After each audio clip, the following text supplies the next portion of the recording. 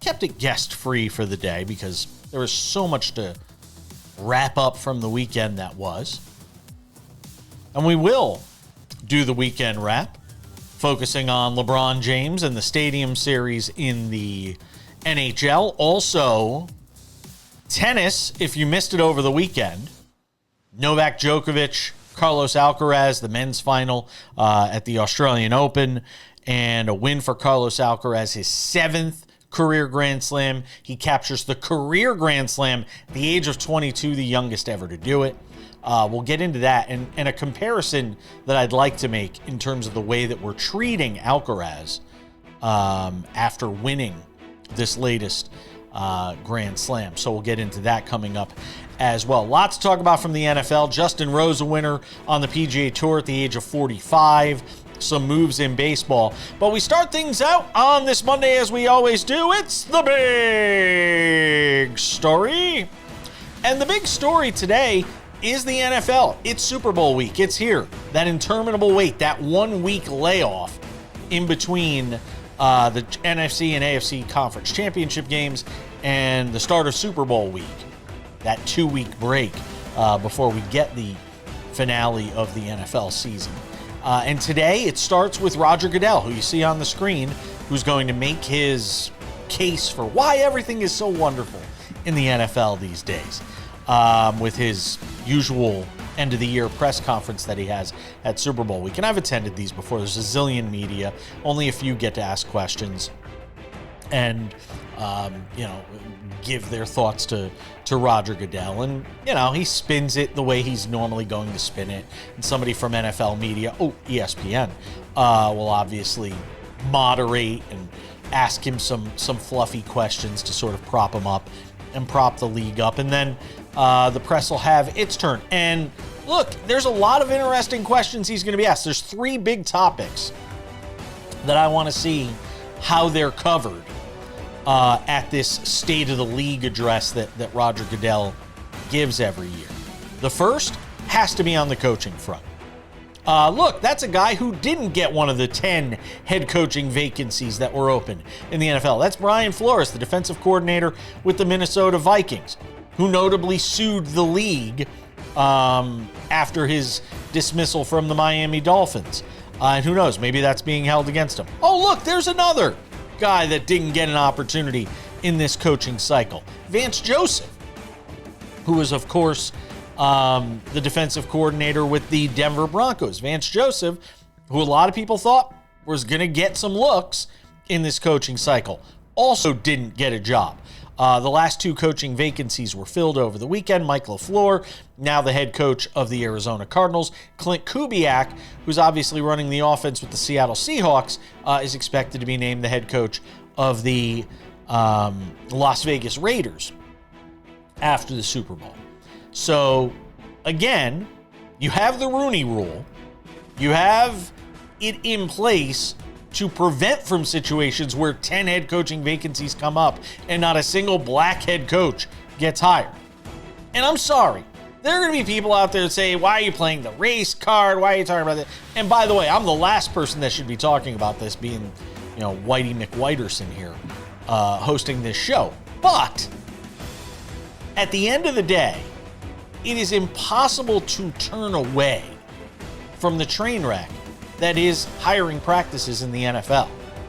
Because as much as we can talk about the coaching vacancies that all got filled with white guys, the other problem is you have all these offensive coordinator roles that, with the exception of Eric Bieniemy and Mike McDaniel, were all filled with white guys. And who are usually the next head coaches in the NFL? A lot of times, they're offensive coordinators.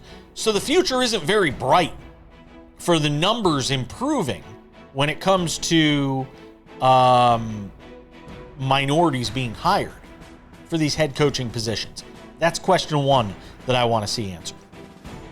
And I don't have a lot of confidence that they're going to be answered or asked in any vociferous or difficult manner from anybody at ESPN now, with the news that ESPN has officially consumed NFL media in exchange for the NFL taking a 10% stake in ESPN. I know there are some people that will always be pushback people within ESPN. There will always be one or two of those guys. But if you think you're getting hard-hitting commentary on the NFL now, I mean, my God, Pat McAfee is basically a 2-hour love letter to the NFL every day. If you think you're going to get serious criticism, serious critiques, serious commentary by and large on your TV in prime spots on the NFL, good luck. It's another death nail and along the line of death nails to journalism when it comes to sports. That's the other thing that I think is very interesting, is to see how Goodell sort of intermingles that with the conversation today. Last but not least, the Steve Tisch stuff. The Giants co-owner being caught up and ensnared in this Jeffrey Epstein legal document dump that's been put out there, the Epstein files. What is the league going to do about this? How's the league going to handle this? I'm of the belief that there needs to be serious action here when you consider the way that Steve Tisch is represented in the files that have been released so far. And there's more files still to come. Who knows? There may be even something more than we've already seen. But I am fascinated to see how Roger Goodell handles this, because there is precedent for how the league deals with unsavory owners. Daniel Snyder is the first name that comes to mind. I mean, he basically eventually forced Daniel Snyder out of the nation's capital with the Washington Commanders, now the Washington Commanders. How does he handle Steve Tisch and one of the league's flagship franchises with the revelations that have come out in these documents? And I'm not going to go through them all here. It's disgusting, and as a survivor of sexual abuse, I'm just not going to go there because it's triggering for me. But I am interested to see how Goodell handles this. And I'm also interested to see how fans react to how Goodell handles this. How are Giants fans going to react to the co-owner of their team having this sort of negative light cast upon him and the organization? All of that, we will cover it tomorrow on the show, and we'll cover it coming up in a couple of minutes. Sam Yarnell joins us. That's the big story. We're coming back.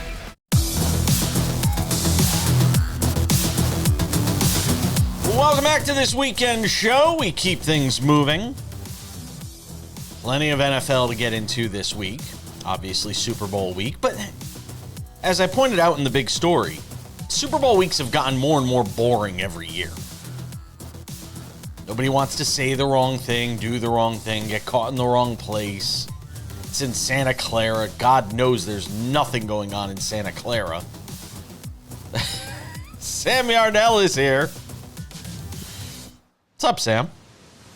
Nothing going on besides earthquakes, Jason. I mean, I hope everyone out there is safe, you know, just a few moments before we got going here. News came down. Big ol' earthquake shook everything going on out there in San Francisco on Monday of Radio Row Week. I mean, you know, having been to a couple of those, I can't imagine what it's like out there right now, the havoc that people from all across the country who never experience earthquakes and have never experienced an earthquake once in their life woke up to their first day of being out of town to the whole room shaking. That'd be a terrifying moment. Have you ever experienced one? Yes, about a year ago. If you'll remember, maybe just over a year ago, there was a weird earthquake that was centered in upstate New York, I believe. So it shook all of us here in New Jersey pretty decently. But that was the only one, and I don't think that was even as strong as the one in San Francisco this morning. I think that one was like it was a 4.2. A 4.2 doesn't even, for people that live there, that's nothing. I mean, trust me, I've gone through a couple of little ones. That's nothing. 4.2 wouldn't even, if you were eating in a restaurant and a 4.2 hit, you'd think somebody had gas. I mean, like, it's nothing. It's absolutely nothing. They'll be fine. And we are waiting for the big one here, though, on the West Coast. I do have to say, we're waiting for it. We're ready. All right, let's talk about coaching hirings, because there were a couple. We have filled out the list of 10. The game of musical chairs is over, Mr. Yarnell, with 10 coaches hired. The final 2 announced yesterday. Let's start with Mike LaFleur, the new head coach of the Arizona Cardinals. And look, I mean, he comes from a great spot where he's the offensive coordinator with the Rams, and now he will take over with the Arizona Cardinals. And as we've talked about on this show, I've talked about with various guests, the Cardinals is a very shaky situation at best for somebody to take on as their first head coaching gig. But Mike LaFleur gets the job. Yeah, a head scratcher, right? I don't think anybody really saw there was obviously a little bit of steam late on the predictive markets that Mike LaFleur might get the job. But outside of that, it's not a guy that, a lot of people thought was going to get. I'll tell you what. It's not the assistant coach. There were 2 assistant coaches, and neither of them ended up with jobs that I think a lot of people thought were going to have jobs in Nathan Shellhouse and Grant Udinsky. So that, to me, Jason, is the biggest surprise here. We knew that, it kind of came out over the course of yesterday that the Raiders were going to have their first pick between the Raiders and the Cardinals, the 2 teams that were opening for jobs. Obviously, they were going to go after Clint Kubiak, the most highly touted of this entire bunch. But I don't think that there was an idea that Mike LaFleur was going to be the next selection. I think a lot of people thought it was either going to be Shellhouse or Udinsky and, a couple of other names sprinkled in there, Vance Joseph being one of them. But at the end of the day, Jason, I don't know. I mean, I obviously don't think very much of the Arizona Cardinals, so I wasn't really taken aback by this hiring. I just don't really get it. I'm not taken back by it because, look, that organization needs so many different things. Don't get me wrong. There's pieces there, McBride, and, there's a few pieces there, but at the end of the day, ding, there are a lot of things that are needed to sort of fix that. That's not going to be a New England Patriots situation where they go from 4 wins to 14 wins or whatever the following season. That's not likely to happen. Well, I'll say this about the LaFleur thing, though, and we see this every once in a while in the NFL. It feels like it's kind of a holdover head coach. It feels like it's, okay, we're the Cardinals. We understand that we were one of the worst jobs available in this kind of cycle, this coaching cycle. So we're just going to hire a guy who's not going to do that well. We can fire him in pretty short order, and we'll be able to be in an era or in a year where we're higher up in the coaching carousel. We'll be able to go after a more highly touted candidate. Or maybe he got assurances from the organization that he's going to get the time he needs because they know it's a longer rebuild. That's a possibility as well. Kubiak to the Raiders was a no-brainer for them, especially with them potentially drafting Fernando Mendoza, which looks like a foregone conclusion. We'll see, obviously, how that pans out. As we know, not much has panned out with the Raiders over the last decade or so. The interesting thing this all calls to mind, though, is what is taking place in this coaching cycle. And that is the fact that out of the 10 coaching vacancies, not a single black coach was hired. And there are a lot of people that are up in arms about that, and rightly so, when you had guys like Vance Joseph and Brian Flores that are still sitting out there that a lot of people have been advocating for, and none of them or neither of them got head coaching jobs. On top of that, I think there's been like 21 offensive coordinator shifts, something to that effect. And only 1 black person was hired. 2? Josh McDaniel. That's right, Mike McDaniel. Mike McDaniel and Eric Bieniemy were the only 2 that got hired for that. And when you talk about the pipeline to becoming a head coach in the NFL, a lot of times it comes through the offensive coordinator spot. So now you've got all these offensive coordinators getting hired, and all of a sudden the die is sort of cast for where these next crop of head coaching gigs are going to go. And you wonder if there's any end in sight as far as, the blackout, so to speak, when you're talking about head coaches that aren't getting hired, Sam. And this is going to be something that's asked of Roger Goodell on Monday here with his annual press conference. And we'll obviously cover and recap that tomorrow on the show. This is not a good look for the league. No, Jason, but you hit the nail on the head there in the middle, and I think Peter Schrager did a great job of laying this all out kind of on the internet yesterday. It is a pipeline problem with the NFL, right? It's not a problem where one rule is going to change it or whatever. It is a fundamental issue with the pipeline. You said it, 21 OC vacancies this coaching cycle. Two black OCs in the National Football League. One of those black OCs is actually taking a step down to be an OC from being a head coach. Yeah. So Yeah, it is. It's a really tough spot. And I know, two white guys are not the two people to be Nope. sitting here talking about this. We're not. But it is a very unfortunate spot that the NFL has put themselves in.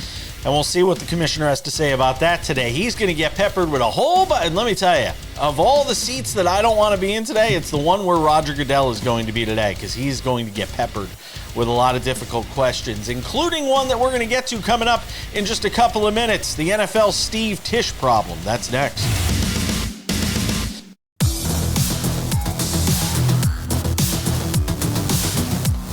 Welcome back to the show. Excuse me. A little verklempt there. Coming up in 10 minutes, the Australian Open men's final. And less about, I mean, look, it's 24 hours, 48, 36 hours old. So I'm not going to go crazy about talking about the fact that Alcaraz and how he beat Novak Djokovic and all that. But I do think there's an interesting point to be made about the conversation around Carlos Alcaraz that's now taking place after his 7th Grand Slam and completing the career Grand Slam at the age of 22. That is coming up. But Sam Yarnell, more from the NFL now on this Super Bowl week, day 1 of Super Bowl week, with the commissioner's press conference being held on Monday. And again, we'll have a full recap of everything he says tomorrow on the show in full reaction. But what I'm interested to see is how he answers some of the more difficult questions that are sure to be coming his way. I'm just curious how many he even takes. How many? I just wonder if he tries to book it out of there as fast as he can. There's a lot of heat coming down between the Rooney Rule stuff, which we just discussed, 10 head coaching vacancies, no black coaches hired, and now the issue, Bad Bunny, which he's obviously going to get hit with questions on. I'm sure the Outkick guys will be over there probably asking him about that. And now the NFL Steve Tisch problem, Sam Yarnell. And it's a big problem in light of the most recent Epstein files that have come out. There's still a zillion of them that have yet to come out. But Steve Tisch is mentioned pretty prominently in some of them, and not in ways that you would want to be mentioned. Not, just casual, hey, Jeffrey Epstein reached out, but I didn't respond, or something to that effect. No. These were, hey, I'm Steve Tisch, and I need Jeffrey Epstein to hook me up with some babes. And in some instances, we don't know and this is, the most difficult part of all this is context. In the case of the Steve Tisch stuff, it's kind of pretty clear to see what was going on. And I had a conversation with somebody who is very heavily engrossed in the NFL, we'll just say, on Friday afternoon. And this person I talked to, I obviously I can't name, was talking about the fact that every time he saw Steve Tisch, it was Steve Tisch with somebody in their early 20s on his shoulder, over the years. So there's obviously a track record here of the types of women that Steve Tisch would be sort of hanging around with. This is a whole different level, though, when you're talking about Jeffrey Epstein and everything that's sort of, the cloud that he casts over everything that he sort of comes into contact with, Sam. Yeah, Jason, but this is not just a Steve Tisch issue. This is a New York issue. Well, I'll get to that in a second. But I mean, you also had, Woody Johnson mentioned in these files. You had an order placed at a Modell's that sent a Geno Smith youth football jersey in the Jets to the eye. Like, it's crazy how deep all this stuff goes. Brian Vickers, the NASCAR driver. It brings me to a greater point that I've tried to make for years, and I'm staunch in my belief of. Sports has a New York problem. It's not the NFL with this problem or the MLB with sports has a New York problem. And I think that if the owner of the New York Jets and a minority owner of the New York Giants, both being mentioned in these files, isn't enough, I don't know what else to tell you. But I've been on this parade for years. Sports has a New York problem. And we continue to let them off the hook so easily because they got about a bazillion teams and this media market that's more powerful than any other city in the world. But at the end of the day, sports has a New York problem. You have two NFL teams, neither of which has been competitive in over a decade at this point. You've got two Major League Baseball teams that it seems every September, October have the entire fan base ready to cut the owner's throat because of their lack of willingness to put a perennial competitor on the board. You have an NBA team that was seemingly figuring all their things out until they fired the head coach, brought in a new head coach. The team had a meltdown through the first 3 months of the season under that new head coach. The most prominent New York team right now is the New York Liberty, and no one talks about them. Sports has a New York problem. And Steve Tisch and Woody Johnson being in these files only furthers that point. Let me talk you off the ledge a little bit. First of all, the Knicks have won 6 in a row. And the Knicks have won 6 in a row. The Yankees are in the postseason every year. And they lose, but they're in the postseason every year. I think what you have to, again, context is important. Jeffrey Epstein was a New Yorker. So a lot of his circles obviously operated within that area. Okay. So I don't necessarily, while I think there is a problem here when it comes to Woody Johnson and Steve Tisch and being involved in all this, I don't disagree with any of that. In fact, this helmet will not be displayed until Steve Tisch is gone. Gone.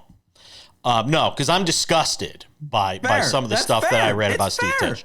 I will not root for the New York Giants. I will not support the New York Giants in any way as long as Steve Tisch is there. Especially as somebody especially as somebody that is a survivor of sexual abuse. This is something that's very, very personal to me. But I don't necessarily think it's a New York problem. I think you have to remember that it's a problem because Jeffrey Epstein, that was just where he operated. That was his circle. It was Florida and New York. So I think that has to be remembered as well. But I am curious to know, the league has a policy in place for how to treat these things when it comes to owners. There's a max they can fine them, and that max isn't all that much. But there is precedent in sports for forcing owners out. He's a co-owner. I mean, we're not talking about Tom Brady owning, 5% of a team. We're talking about a guy that owns half the team. And there's precedent. That's how they got Dan Snyder out. Yes. There is plenty of precedent here. So I am very interested to see how Roger Goodell tap dances around this. Because you're talking about one of the most prominent franchises, not just in your league, but in all of sports, in the New York Giants. And they've got a major problem on their hands. And it's in the middle of Super Bowl week. The build up to your biggest game. Along with Bad Bunny and the fact that you didn't hire a single black head coach in a coaching cycle with 10 openings. I do not want to be Roger Goodell today, but I do want to be one of the people asking him questions, but instead I'll have to settle for watching people ask him questions. We got a lot more to do on the show. Carlos Alcaraz wins the Australian Open next.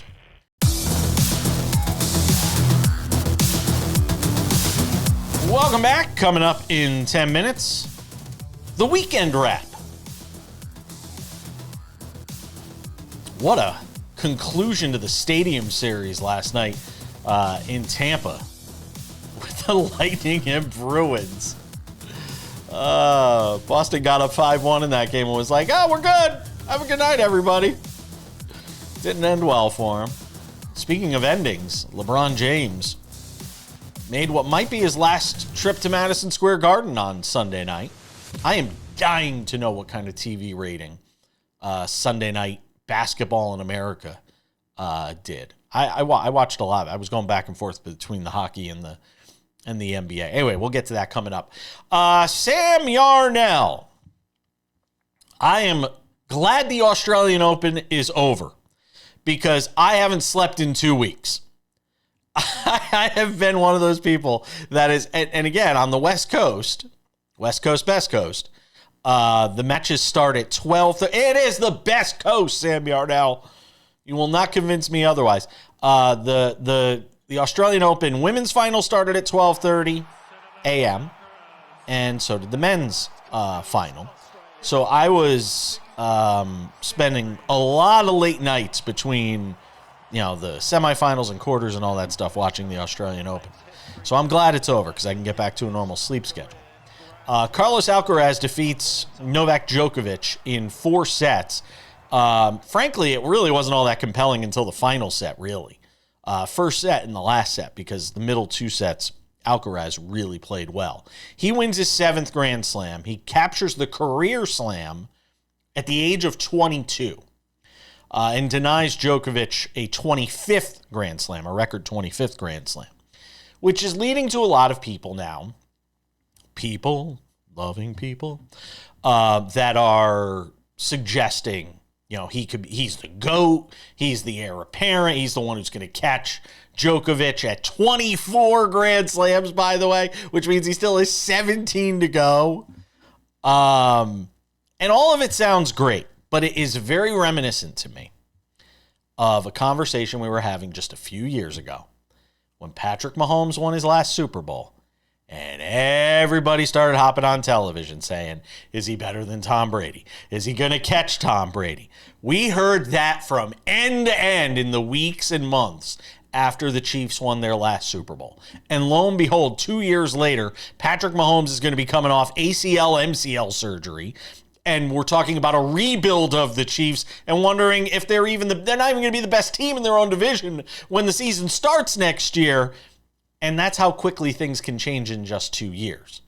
And in tennis, with the physicality involved, and if you watch the way Alcaraz plays, it's very reminiscent of Nadal in some ways. The court coverage, everything's coming back at you. You're going to have to hit 1 or 2 extra shots in a rally to put him away, if you can put him away at all. There's no telling the physical toll that's going to take on him. So while it's fun to sit here and assume that he's going to pass Novak Djokovic at some point, while it's fun to have that conversation, I think it's incredibly irresponsible, Sam, to suggest that he is he is the GOAT, and B, he's going to be the GOAT. So here's the thing.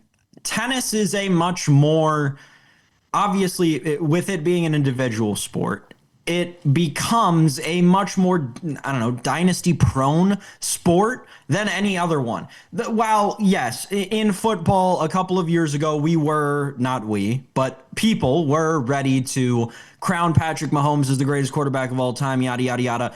It was very, very clearly and obviously because we were 3 years at that point removed from the actual greatest dynastic quarterback of all time that football will ever see in Tom Brady. And everybody was just a little, punch drunk off of what Tom Brady had just done for the last 15 years in the National Football League. And Patrick Mahomes beat him, and we were just really ready to crown Patrick Mahomes, when in reality, I don't really think he was even approaching the universe of Tom Brady.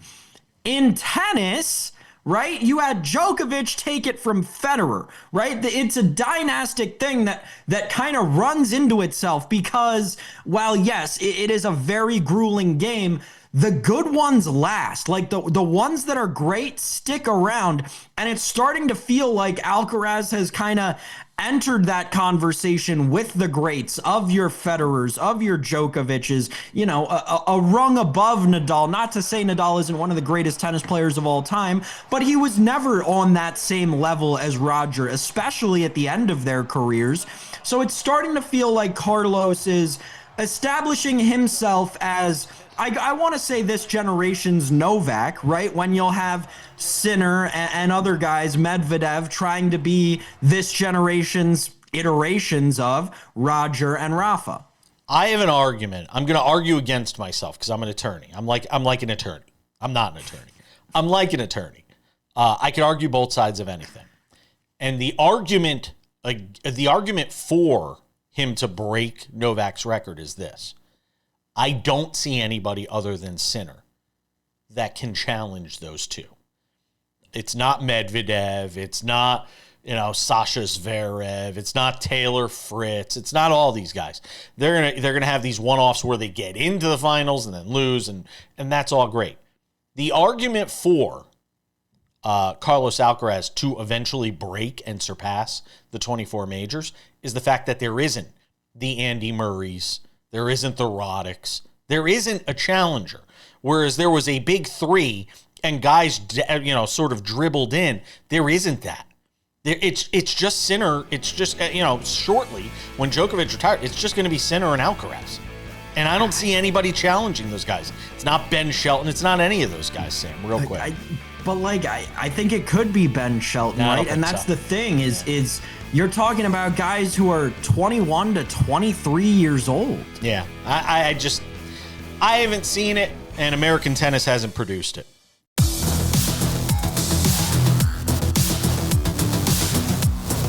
All right, Odds and Ends wraps it up 10 minutes from now. Some news from baseball. A couple of players on the move of note. And score one for the old guys on the PGA Tour. That's coming up. Sam Yarnell, time for the weekend wrap. Was it the final game for LeBron James at Madison Square Garden on Sunday night? Sure could have been. And if it was, he played pretty well. He was 9 of 15 shooting from the field, had 20 or 9 of 13, I think, had 22 points. As the Lakers were beaten by the Knicks, who have now won 6 in a row since Jalen Brunson called a players-only meeting after the Knicks went through a bit of a bad stretch for about a month. So the Knicks, playing obviously better basketball. I think they're the 3rd seed right now in the East. But to me, the conversation from last night, Sam, was about, LeBron James playing in his final game at Madison Square Garden. I don't think it is. I know a lot of people are trying to build it up that way. And we've had our friend Kurt Heelan on the show talking about this, whether or not LeBron wants sort of the farewell tour and get your gifts at every stop, that sort of thing. The fans certainly thought it was going to be his last game, though, because that was the most expensive ticket in the NBA since Kobe Bryant's final game with the Lakers. So it certainly tells you what fans were thinking at Madison Square Garden last night, Sam Yarnell. Do you think it was LeBron's final game at the Garden, Sam? No, Jason. And again, I'll throw it back to something I mentioned earlier in the segment, right? It's a lack of education from fans in that general area coming off of, and I'll tell you exactly why that is. It's very easy to explain. They saw his game last week in Cleveland, right? Very emotional game in Cleveland because everybody was thinking, oh, it's the last time he's coming back to Cleveland. No, folks, you don't realize he's getting emotional because it's the last time he has to ever play in the visiting locker room in Cleveland. Because as he has stated, and as he has kind of deteriorated his relationship with Jeannie Buss and the Lakers organization over the course of the last month and a half, kind of, sort of, it's becoming more and more obvious that LeBron James is going to leave the Lakers very soon, and it seems more and more like he's going to Cleveland. So that obviously played a huge role into him being emotional going back to Cleveland last week. I think a lot of people in New York saw that, mistook it for him quietly saying he's going to retire and then driving all these ticket prices up. I got news for you, people. And I guess there are people who aren't familiar with LeBron James, which is also hilarious. When LeBron James is going to retire, you're gonna know LeBron James is going to retire. When LeBron James is playing his last game at the world's most famous, you're gonna know LeBron James is playing his last game at the world's most famous. He's not just gonna let it be some other Sunday afternoon in New York. Just might surprise you. You never. I think he truly is year to year and just seeing how he feels at the end of the season. I really do. Because look, to be his age and to carry the load as much as he is for that team and what is still being asked of him, I don't know that he's gonna. I don't know that he may not just get done with the end of the season and say, I am with you. I agree. It's more likely than not. I'm just playing devil's advocate here. More likely than not, he's playing next year, and Cleveland is as good a choice as any if they could figure out how to make it work, salary wise and all of that stuff. But I do think at his age, you get to the end of the season, like Matthew Stafford at this point. We don't know if Matthew Stafford's coming. We assume he is. I think he is. Coming off a year where, they could have been a Super Bowl team and he's going to be an MVP. But you just don't know ultimately until you get to the end of the year and you just see how your body feels. Your point is very valid. I think to me, those same kind of reasons, because I agree with you, right? Like they are asking him to do too much. Yeah. He's still performing at this age. It's crazy. Year 22, 23, whatever it is. I agree with you, I think that because of all of that, he's not going to want to go out and his career having to put everything he has into a team that's going to come up short. It feels to me like LeBron would want to contribute less to a team that could go farther and add that ring. That's just based on, him going to Miami, him generally, creating the I actually don't like that he created the ring chaser mindset, but regardless, it feels like he would go somewhere where he doesn't have to contribute a lot, where he could win a ring pretty easily. Dennis Bernstein would be trying to punch me in the face right now if I said I'm only giving a minute and a half to the Stadium Series last night, which was amazing in Tampa, with the Lightning coming back from 5-1 down. First, they get the opening goal of the game in the first 11 seconds. Then they give up 5 unanswered to the Bruins. Come from behind down 5-1. Nikita Kucherov ties the game in the third period. 4-point night for him. They wind up going to overtime. The Bruins are committing a bunch of penalties. Then it goes to the shootout. And the Lightning come back from 5-1 down, win 6-5. Tampa was a great setting. I didn't know it could be so cold in Tampa, by the way, but apparently it was 40 degrees there, which was perfect hockey weather, Sam. Historically cold in Tampa, Jason. And we had a goalie fight. We had a goalie fight, too. Dang it. You took the words right out of my mouth. I was going to say we had your favorite moment in hockey, Jason Page. We had a goalie fight in this game. I watched it from tail to tape, and it was a good one. A great hockey game. And Nikita Kucherov even had a chance to win it. Had the puck on his stick with the game on the line, and he missed. But regardless, the Lightning able to get it done. Man, I thought the Bruins had one, and it's tough in Boston in terms of hockey right now. They all hugged and shaked hands when it was over. It was all in good fun, apparently. Which I don't get. Yeah, me neither. It's just part of the show, I guess. Like us, part of the show. Odds and Ends is part of the show. We'll give you that next.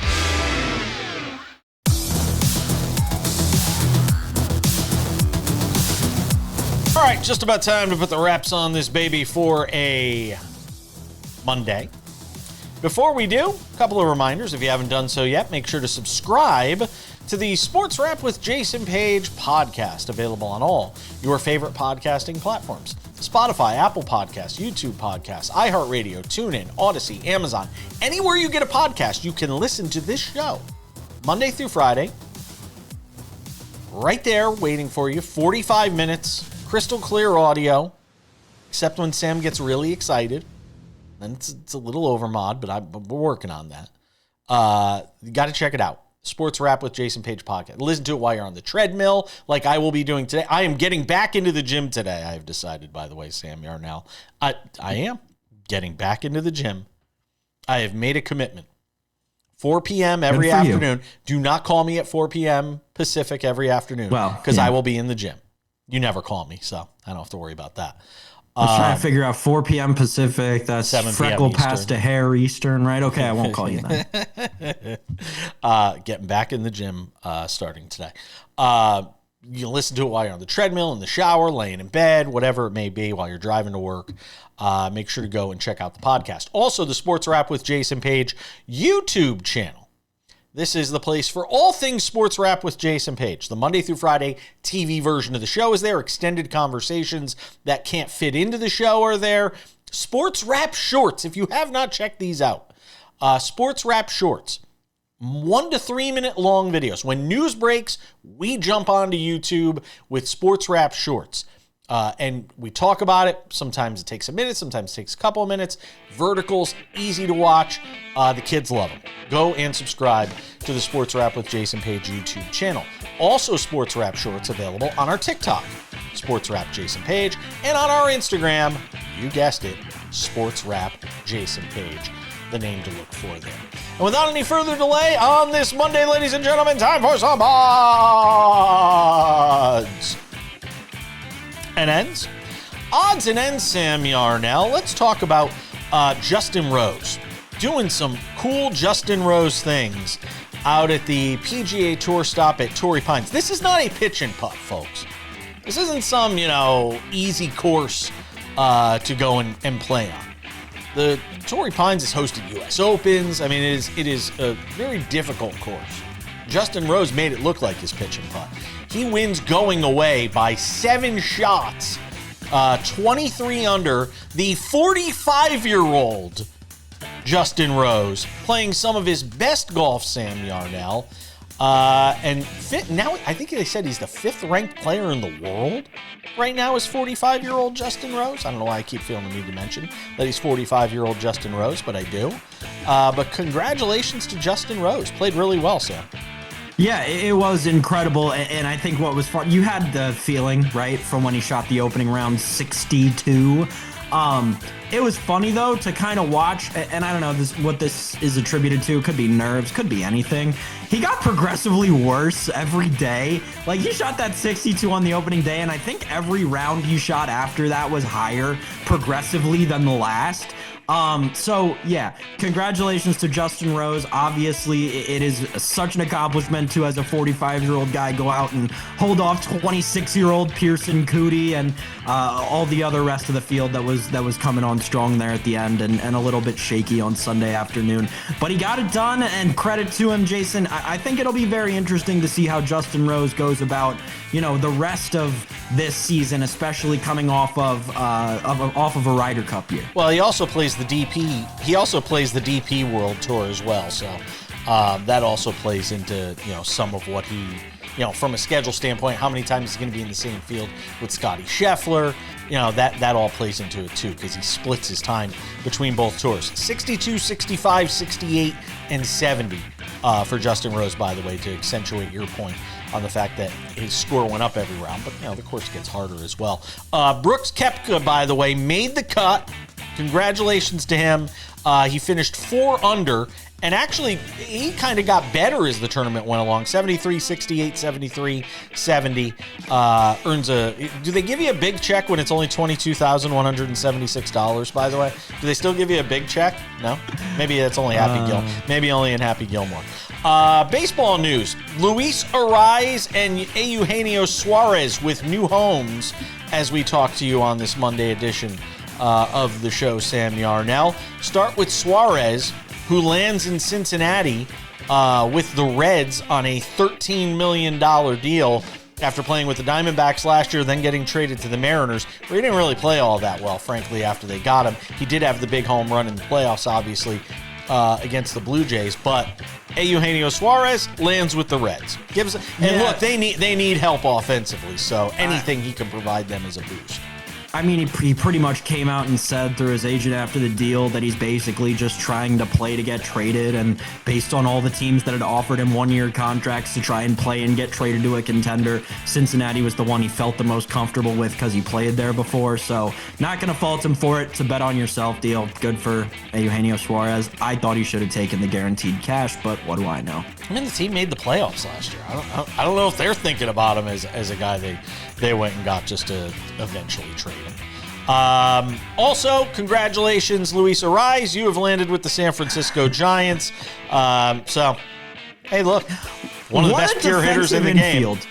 What a defensive infield Buster Posey has created. Matt Chapman, Willie Adames left side, gold glove, platinum glove caliber. Luis Arraez, Rafael Devers right side. Couldn't make a play if their life depended on it. Good luck, Giants. We got to go. Blame Herm Edwards for the bad time management. We'll see you all back here on Tuesday with a full recap of Super Bowl week.